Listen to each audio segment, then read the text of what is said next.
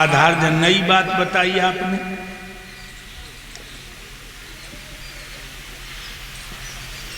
अभी तक तुम्हें किसी ने ये बताया ही नहीं कि जो भगवान भूतनाथ भोले बाबा बागंबर पर बैठ के डमरू बजाते हैं, सून में समाधि लगाते हैं, ये बागंबर नरसिंह भगवान की खाल है। और ये जो मैंने आपको बताया है, ये भविष्य पुराण की कथा है भाइयों। और इधर प्रहलाद हिरण्य देश का राजा बन गए। राजा प्रहलाद की 2 पत्नियां हैं। छोटी पत्नी से 3 पुत्र हुए जो बैरागी बन गए, योगी बन के चले गए। बड़ी रानी से 2 बेटियां और 1 पुत्र हुआ जिसका नाम है विरोचन। ये विरोचन भी बहुत अच्छे राजा हुए, धर्मात्मा। और भक्तों एक बात और बताऊं, जिनके माता पिता धर्मात्मा होते हैं उनकी औलाद भी धर्मात्मा ही होती। ध्यान रखना, अच्छे माँ बाप के बच्चों को तुम गली में पहचान लोगे। अच्छे माँ बाप के बच्चों को तुम गली में पहचान लोगे।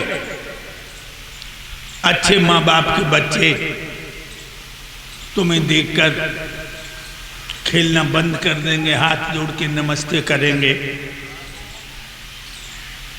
तुम समझ लेना कि इनके माँ बाप सुलझे हुए। ध्यान रखना लोगों।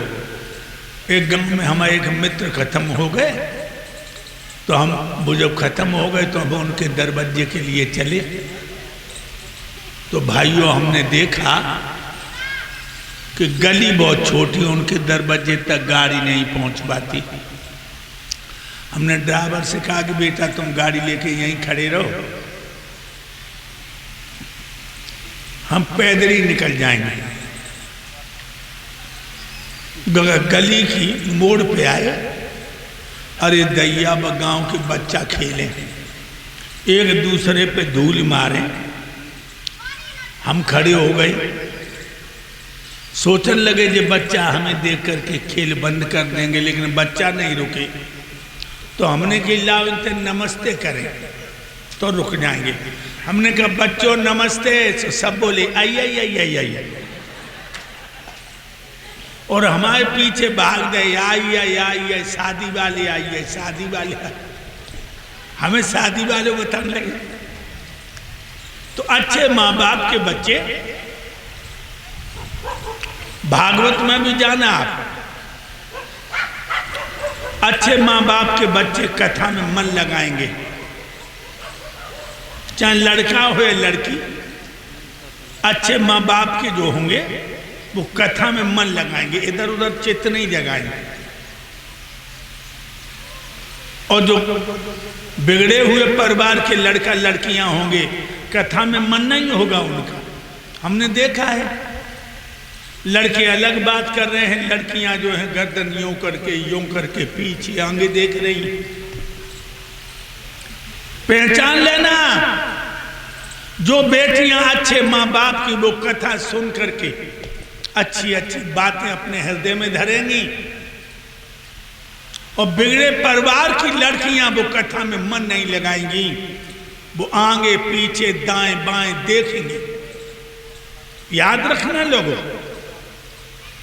आज महाराज विरोचन बहुत अच्छे राजा हुए। और एक बात और बता दूं, विरोचन कैसे राजा थे।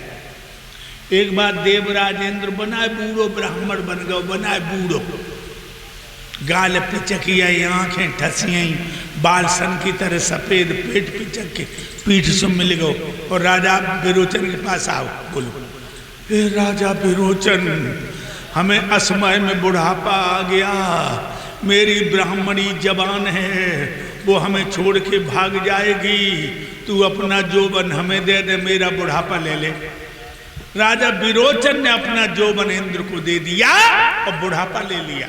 सो इंद्र प्रकट हो गए, कहने लगे धन्य हो विरोचन, तुम तो अपने पिता जैसे ही निकले। ऐसा था विरोचन। लेकिन ये 13वां देवासुर संग्राम हुआ, 13वां, उसमें मारा गया। देवासुर संग्राम कितने हुए जानते हो बच्चों?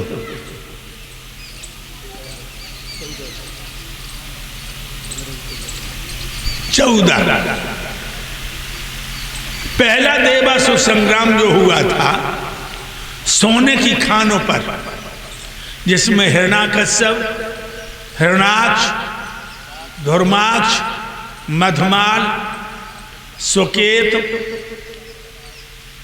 और देवराज इंद्र, इनमें 300 वर्ष युद्ध चला। 300 वर्ष। ये 13वां देवासुर संग्राम कहां हुआ? ये मंदोदरी के बहनोई से। मंदोदरी की बहन थी माया, और माया का पति था,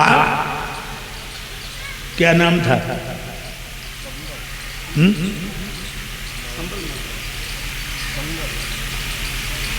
क्या नाम था?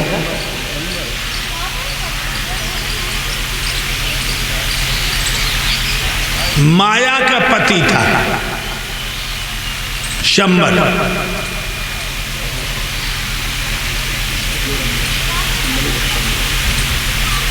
ये शंबर जो था बड़ा बलवान था, और शंबर की मदद के लिए गया था विरोचन। उधर से देवराज इंद्र, महाराजा दशरथ, केकई इसी युद्ध में गए थे जब केकई को वरदान देने के लिए कहा था दशरथ, क्योंकि शंबर जिस समय लड़ा है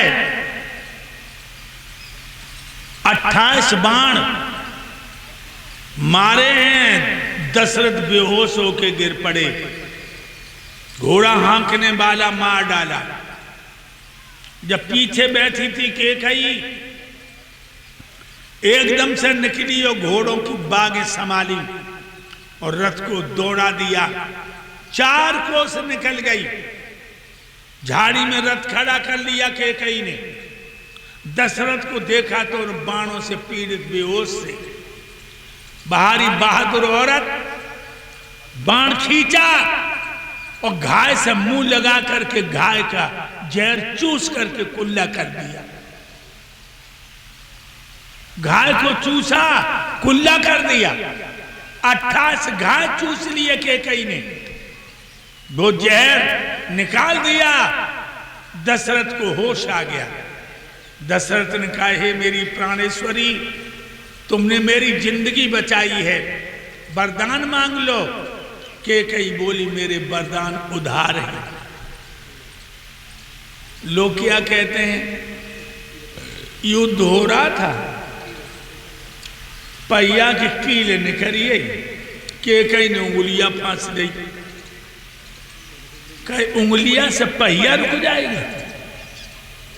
वो भी इतनी जोर से घोड़ा भाग रहे थे